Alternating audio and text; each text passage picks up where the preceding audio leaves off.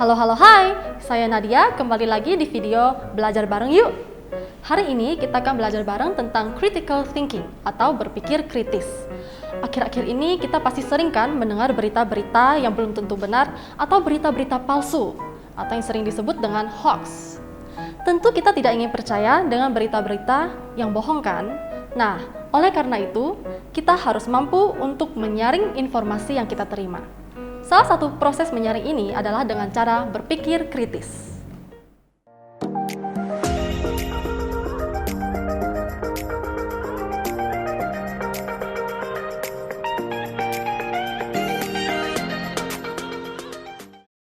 Nah, apa sih itu critical thinking atau berpikir kritis? Sederhananya, berpikir kritis itu artinya kita tidak langsung menerima informasi secara mentah-mentah, tapi kita mengolah terlebih dahulu informasi tersebut secara reflektif, rasional, dan objektif. Lalu, bagaimana caranya kita bisa berpikir kritis? Pertama, pertanyakan kebenaran dari informasi itu. Ketika kita mendapatkan suatu informasi, kita perlu mengkritisinya. Pertanyakan kebenaran dari informasi itu. Apakah informasi ini benar? Lalu, berikan pertanyaan-pertanyaan seperti, dari mana informasi itu datang? Apakah benar sumber informasi tersebut dapat dipercaya? Apakah informasi tersebut berdasarkan fakta atau hanya pendapat pribadi? Nah, informasi yang kurang layak dipercaya contohnya adalah seperti pesan broadcast di media sosial, karena biasanya sumbernya itu tidak diketahui. Artinya, siapapun bisa menulis, bahkan orang yang bukan ahli di bidangnya. Sedangkan informasi yang layak dipercaya biasanya berdasarkan fakta dan berasal dari sumber yang terpercaya, seperti website resmi atau pendapat ahli.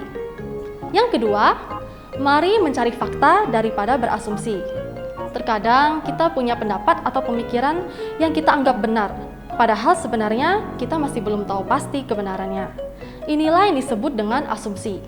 Dalam beberapa hal, bisa saja asumsi kita memang benar, tapi bisa juga salah atau mungkin tidak seutuhnya benar. Mari kurangi berasumsi dan perbanyak bertanya dan membaca. Karena daripada kita percaya pada hal yang belum tentu benar, lebih baik kita mencari apa yang benar. Kita bisa mengawalinya dengan menyadari bahwa pemikiran atau pendapat kita bisa juga salah. Lalu, kita bisa cek kembali asumsi yang kita punya. Tentu, kita harus mencari fakta itu dari sumber yang terpercaya ya. Atau mungkin harus membandingkan beberapa pendapat ahli. Yang ketiga, menambah wawasan. Dengan membaca buku atau sumber-sumber terpercaya lainnya, tentu saja akan membuka wawasan dan menambah pengetahuan kita. Ketika pengetahuan kita bertambah, maka akan memacu diri kita untuk berpikir kritis, karena kita harus membandingkan pengetahuan baru yang kita terima dengan pengetahuan yang sudah kita miliki.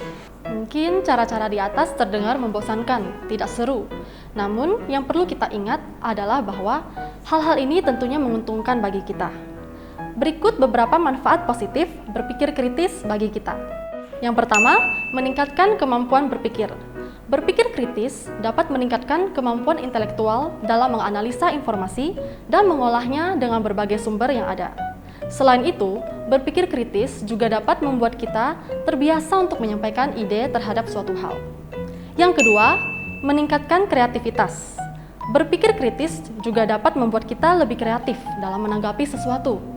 Dengan kemampuan menganalisa dan mengolah informasi tersebut, kita bisa melihat sesuatu dari sudut pandang yang berbeda-beda, dan kita bisa melihat sesuatu dengan lebih mendalam. Sehingga kita bisa menemukan gagasan baru yang mungkin belum pernah kita pikirkan sebelumnya. Hal ini bisa membuat kita menjadi orang yang lebih kreatif. Yang ketiga, pengembangan diri. Berpikir kritis juga bisa membuat kita mengevaluasi diri kita sendiri dan merefleksikan pikiran dan tindakan kita. Kita dapat mengevaluasi pikiran dan tindakan tersebut sudah tepat atau belum tepat. Jika belum tepat, maka kita bisa memperbaiki hal tersebut. Yang keempat, kita tidak mudah menjadi korban penipuan atau berita hoax. Nah, saya punya sebuah contoh. Coba sekarang kita analisa secara kritis contoh berita ini. Nah, teman-teman, silakan pause videonya dan cermati apakah ini berita asli atau palsu. Nah, jawabannya adalah berita palsu. Mengapa? Karena yang pertama, kita lihat bahwa di berita itu dituliskan bahwa persyaratannya adalah minimal SMA atau SMK. Namun, jika kita lihat lowongan yang ada, itu spesifik, seperti misalnya pramugari, perawat, aircraft maintenance, dan lain-lain. Yang mana profesi tersebut memerlukan skill khusus yang hanya bisa dipelajari di jenjang pendidikan yang lebih tinggi. Lalu alasan yang kedua, kita lihat alamat email yang digunakan adalah angkasapura1persero@gmail.com. Nah, kita tahu ya bahwa Angkasa Pura adalah perusahaan yang besar di Indonesia. Untuk perusahaan sekelas Angkasa Pura, perlu kita pertanyakan apakah benar mereka menggunakan email yang gratisan atau misalnya seperti gmail.com. Karena biasanya untuk perusahaan Indonesia yang besar akan menggunakan email resmi seperti co.id, atau untuk pemerintahan akan menggunakan go.id, atau bahkan memiliki domainnya sendiri. Nah, jika kita sudah menyadari hal ini, kita bisa double check, kita bisa cek kembali dengan bertanya langsung ke pihak resmi Angkasa Pura. Nah, dari contoh yang tadi, kita dapat menyadari ya bahwa kita perlu memiliki pola pikir yang kritis.